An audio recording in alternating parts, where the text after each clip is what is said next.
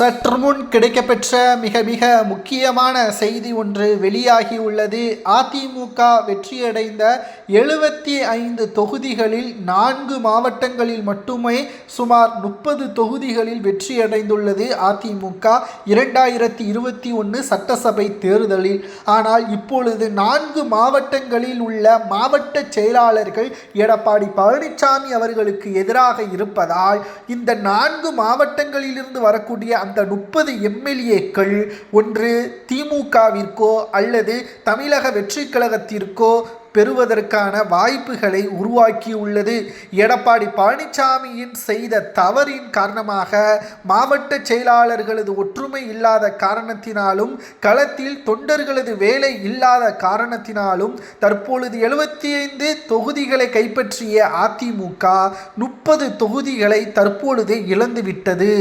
இந்த 30 தொகுதிகளிலும் செங்கோட்டையன் அவர்கள் மூலமாக தவேக ஆட்சியை கைப்பற்றுவதற்கும் அதே சமயத்தில் திராவிட முன்னேற்ற கழகம் மேற்கு மாவட்டங்களை குறிவைத்திருப்பதாக தகவல்களும் தற்பொழுது கிடைக்கப்பெற்றுள்ளது.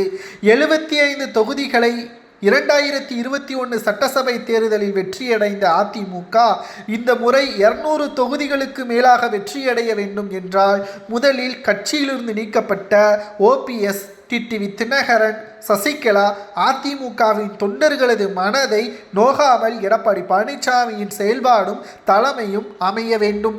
அதிமுகவின் பொதுக்குழு செயற்குழு கூட்டத்தின் பொழுது மேற்கு மாவட்ட நிர்வாகிகளும் மாவட்ட செயலாளர்களும் நிச்சயமாக இந்த 30 தொகுதிகளில் வெற்றி வாய்ப்பு இல்லை என்பதை தெரிவிப்பார்கள். அதற்கு பிறகு எடப்பாடியால் என்ன செய்ய முடியும்? தோல்வியடைந்த கட்சிக்கு பொதுச் செயலாளராக இருந்தால் என்ன, இல்லை என்றால் என்ன?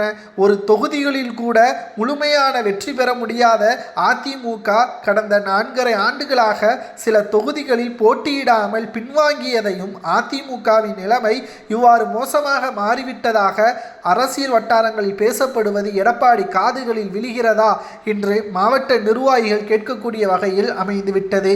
மேலும் செங்கோட்டையன் அவர்கள் மூலமாக மாவட்ட செயலாளர்களும் எம்எல்ஏக்களும் தவேகாவில் இணைய உள்ளதாக தகவல்களும் தற்பொழுது கிடைக்கப்பெற்றுள்ளது. அதிமுக 2021 சட்டசபை தேர்தலில் வெற்றியடைந்த 75 தொகுதிகளில் 4 மாவட்டங்களில் இருந்து மட்டுமே 30 தொகுதிகளை கைப்பற்றியது. மேற்கு மண்டலத்தில் ஒரு தொகுதியை கூட விட்டுவிடக்கூடாது என்பதில் தீவிரம் காட்டும் அதிமுக அதே பாணியை அதிமுகவின் உட்கட்சி பிரிவை வைத்து அந்த தொகுதிகளை திமுகவும் தவேகாவும் வெற்றியடைய வேண்டும் என்று தற்பொழுதே களத்தில் இறங்கிவிட்டது. இதை பற்றி உங்களது கருத்துக்களை கமெண்டில்